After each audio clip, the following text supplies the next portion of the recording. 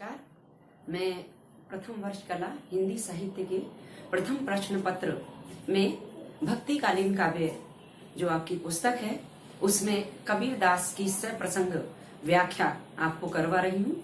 और इस क्रम में हमने कबीर दास की साखियों का अध्ययन कर लिया है। और मैंने जब कबीर दास के काव्य की चर्चा की थी तो आपको बताया था कि कबीर दास का संपूर्ण काव्य साखी सबद रमेनी 3 भागों में बांटा जाता है। मैंने साखियों की चर्चा की थी कि साखियों में जीवन के अनुभूत सत्य का चित्रण कबीर दास ने किया है और संसार के लोगों को अपनी साखियों के माध्यम से शिक्षा देने का, उपदेश देने का कार्य किया। मैं यहाँ पर आपकी पुस्तक पृष्ठ संख्या 46 पर अब सबद जो कबीर दास के पद हैं और कबीर दास के पदों की एक महत्वपूर्ण विशेषता यह है कि उनकी उलटबासियां पदों में पाई जाती है। और जैसा कि नाम से ही स्पष्ट हो रहा है कि उलटबासी यानी उल्टा अर्थ, जहां हम काव्य का जब पंक्तियों में अर्थ करते हैं तो हमें उल्टा नजर आता है, लेकिन वास्तव में हठयोग साधना के प्रभाव के कारण, नाथों और सिद्धों के प्रभाव के कारण अपनी पारिभाषिक शब्दावली को कबीरदास ने काम में लिया और प्रतीकात्मक अर्थ यानी आत्मा परमात्मा के संदर्भ में एक विशिष्ट अर्थ इनके पद देते हैं, इसलिए इनके पदों को उलटबासी कहा जाता है। मैं यहाँ पर आपकी पाठ्य पुस्तक के पृष्ठ संख्या 46 पर सबद का प्रथम पद पढ़ा रही हूँ जो अपने आप में एक उलटबासी है। एक अचंभो देखा रे भाई, ठाड़ा सिंह चरावे गाई। कबीर दास कहते हैं कि मैंने इस संसार में एक बड़ा आश्चर्यजनक घटना देखी है जिसमें सिंह यानी शेर, गाय जैसा आप सब जानते हैं, सिंह गायों को चरा रहा है। तो यहाँ अर्थ बिल्कुल उल्टा नजर आ रहा है। मतलब यह है प्रतीकात्मक अर्थ में कि मैंने एक आश्चर्यजनक घटना देखी है जिसमें सिंह यानी ज्ञानी जीव, प्रतीकात्मक अर्थ है, ध्यान दीजिए। ज्ञानी जीव रूपी सिंह गाय अपनी इंद्रिय रूपी गायों को चरा रहा है। यानी जो ज्ञानी व्यक्ति होता है वो अपनी इंद्रियों को वश में कर लेता है। पहले पूत पीछे भई माई, पहले पुत्र का जन्म हुआ और उसके बाद माता का जन्म हुआ। अर्थात इस संसार में परमात्मा का अंश होने के कारण पहले जीव का जन्म होता है और उसके बाद उसको नियंत्रित करने वाली, उसको माया मोह में फंसाने वाली माया रूपी माँ का जन्म होता है। चेला के गुरु लागे पाए, फिर वही बात कि ऐसा लग रहा है मानो गुरु शिष्य के चरण पकड़ रहा है। अर्थात गुरु कौन है? परमात्मा का अंश होने के कारण आत्मा है। यानी सांसारिक जीव ज्ञानी होने के बावजूद भी, गुरु होते हुए भी शिष्य के यानी उसको मोहित करने वाली माया रूपी शिष्य को के वशीभूत हो रहा है, उसके पैर पकड़ रहा है, यानी माया मोह के बंधन में पड़ रहा है। जल की मछली तरवर ब्याई, यह सीधे सीधे हठयोग साधना की शब्दावली है। जल यानी मूलाधार। जब हठयोग साधना को योगी करता है तो मूलाधार चक्र से प्रारंभ करता है। तो जल की मछली तरवर ब्याई यानी योग साधना में ज्ञानी जीव जब साधना करता है तो मूलाधार में स्थित मछली यानी कुंडलिनी जागृत होकर तरुवर यानी वृक्ष की ओर यानी ऊर्ध्वगामी ज्ञान की ओर अग्रसर होती है। कुंडलिनी जागृत होकर सुषुम्ना की ओर अग्रसर होती है।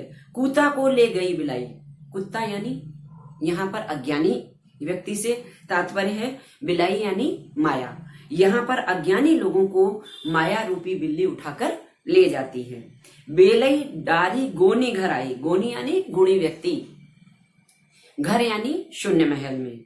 बेलई यानी बेल को क्या माना जाता है? मूर्ख। अपनी अज्ञानता को छोड़ करके जो ज्ञानी व्यक्ति होता है वो परमात्मा के घर में प्रवेश करता है यानी शून्य महल में प्रवेश करता है। घोड़े चढ़ी भैंस चरावन जाई, जो ज्ञानी पुरुष होता है घोड़ा यानी मन रूपी घोड़ा, अपने मन रूपी घोड़े को नियंत्रित कर भैंस चरावन जाई, इंद्रिय रूपी भैंसों को चराने जाता है। तात्पर्य क्या है? अपने मन रूपी घोड़े पर सवार होकर इंद्रियों को, तामसी वृत्तियों को वशीभूत कर लेता है।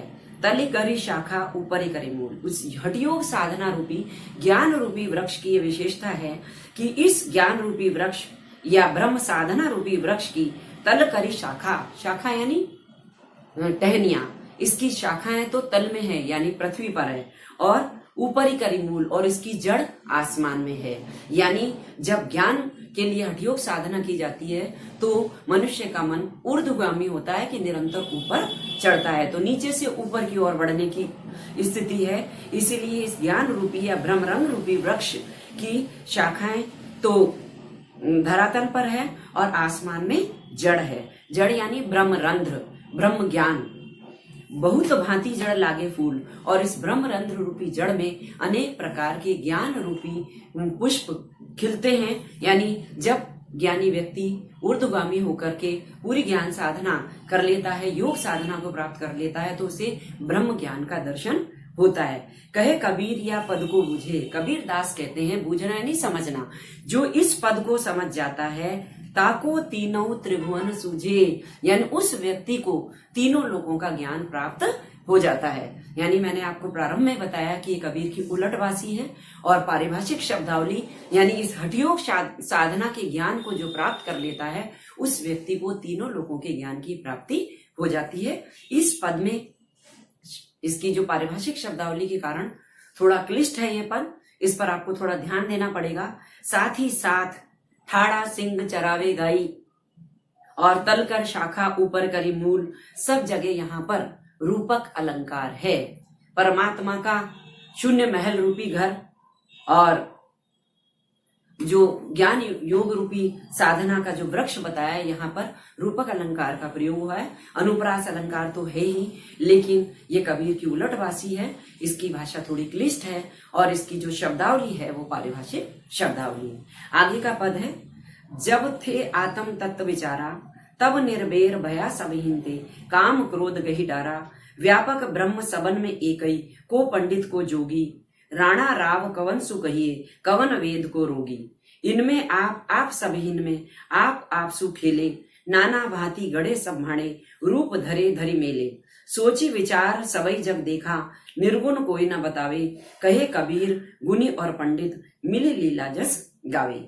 यहाँ पर कबीर के पद में आत्मा परमात्मा का वर्णन किया गया है, और कबीर कह रहे हैं कि जब से मैंने आत्म तत्व विचारा, आत्म तत्व पर विचार किया, अपने मूल तत्व पर विचार किया, ज्ञान तत्व पर विचार किया, तब से क्या हुआ कि मैंने समस्त माया मोह को छोड़ दिया और मैं भक्ति के मार्ग पर बढ़ता चला गया। इस पद में कह रहे हैं तब निर्भेर, वैर रहित, निर्भेर यानी द्वेष रहित, भया सबहीनते, तब से जब से मैंने आत्म चिंतन किया है, आत्म तत्व पर विचार किया है, तब से समस्त द्वेष छोड़ दिया है, वैर छोड़ दिया है। काम क्रोध गही डारा, डारा यानी फेंक देना, गही यानी ग्रहण करके, काम क्रोध को जो मैंने ग्रहण कर रखा था उसको मैंने त्याग दिया है। व्यापक ब्रह्म सबन में एक ही, वो सारे संसार में व्याप्त है। कौन? वो परम ब्रह्म, वो ब्रह्म सभी के अंदर है। को पंडित को जोगी, चाहे कोई पंडित हो चाहे कोई त्यागी योगी व्यक्ति हो, सबके अंदर वो ब्रह्म निवास करता है। राणा राव कवन सो कहिए, चाहे संसार में विभिन्न नामों से मनुष्यों को पुकारा जाता हो, किसी को राजा कहो या किसी को रंक कहो, कवन वेद को रोगी, न तो यहाँ कोई वेद्य है यानी चिकित्सक है, न कोई रोगी है, यानी सभी उस परमात्मा के अंश हैं। इनमें आप सबहीन में, समस्त मनुष्यों में वो परमात्मा निवास करता है, और आप सबहीन में और उस परमात्मा के अंदर हम सब समाहित हैं।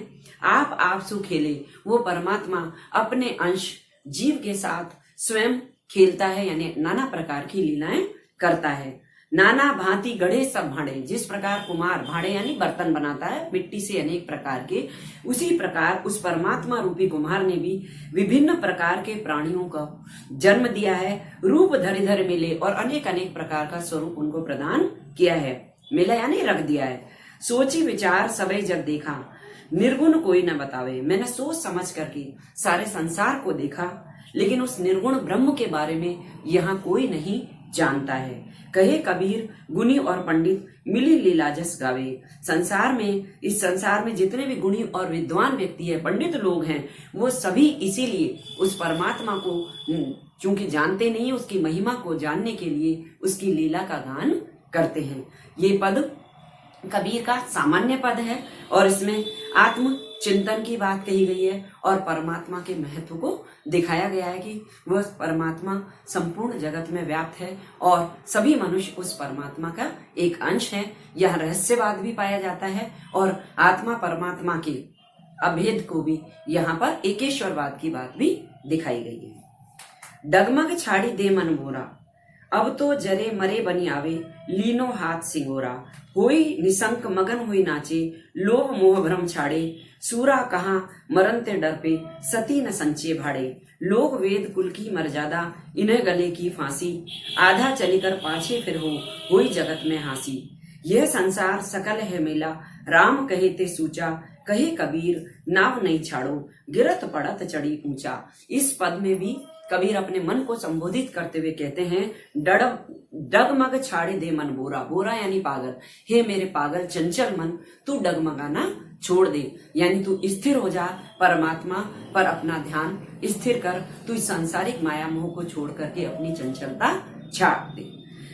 अब तो जरे मरे बनी आवे, लीनो हाथ सिंगोरा। यहाँ उदाहरण दिया है कबीर ने कि जिस प्रकार जो सती स्त्री होती है हाथ में सिंदूरा सिंदूर का कटोरा लेकर जलने मरने पर तैयार हो जाती है, यानी सब कुछ छोड़ देती है, वैसे ही मैंने भी भक्ति रूपी खाने को हाथ में ले लिया है, चाहे मुझे सब कुछ छोड़ना पड़े, मुझे भक्ति के मार्ग में आगे बढ़ना है। होई निशंक मगन होई नाचे, अब तो मेरा मन शंका रहित हो गया है, मगन होकर नाच रहा है। ठीक उसी प्रकार लोभ मोह भ्रम छाड़े, मैंने लोभ मोह भ्रम को पूरी तरह छोड़ दिया है। जिस प्रकार सती स्त्री लोभ मोह को छोड़ करके त्याग के मार्ग पर निशंक होकर बढ़ती है। सूरा कहाँ मरनते डर पे, जो सूरवीर व्यक्ति होते हैं वो मरने से नहीं डरते हैं।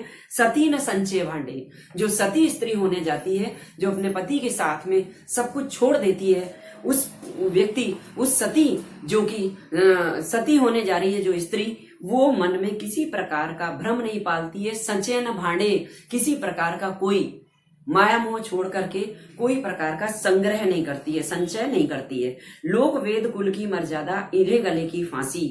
कबीर समझाते हैं संसार के लोगों को कि लोक वेद के द्वारा निर्धारित जो परंपराएं हैं, कुल की जो मर्यादाएं हैं, ये सब गले की फांसी है, यानी भगवान की भक्ति के मार्ग में, ज्ञान के मार्ग में मनुष्य के लिए फांसी साबित होती है, मोह का पाश साबित होती है।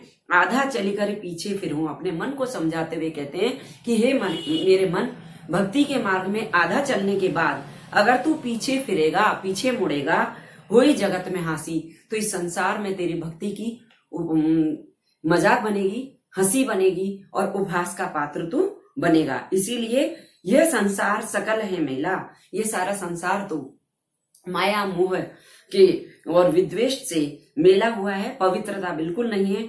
राम कहे थे सूचा, जो भगवान राम का नाम स्मरण करता है वही पवित्र व्यक्ति है। कहे कबीर नाव नहीं छाड़ो, कबीर दास कहते हैं कि इसीलिए मैं, हे मेरे मन, तेरे से कहता हूं कि राम नाम का तुझे त्याग नहीं करना है। गिरत परत चढ़ी ऊंचा, गिरते पड़ते यानी अनेक बाधाओं को दूर करते हुए तुझे निरंतर भक्ति के मार्ग पर बढ़ते जाना है। अपने मन को संबोधित करते हुए कबीर अपने आप को भक्ति के मार्ग पर निरंतर बढ़ते ले जाना चाहते हैं, जिससे कि वो माया मोह में न पड़े। यहाँ भी अनुप्रास अलंकार के साथ साथ परमात्मा का चिंतन है और सती स्त्री के रूप में रूपक अलंकार के माध्यम से उदाहरण देकर के कबीर ने अपने मन को संबोधित किया है। धन्यवाद।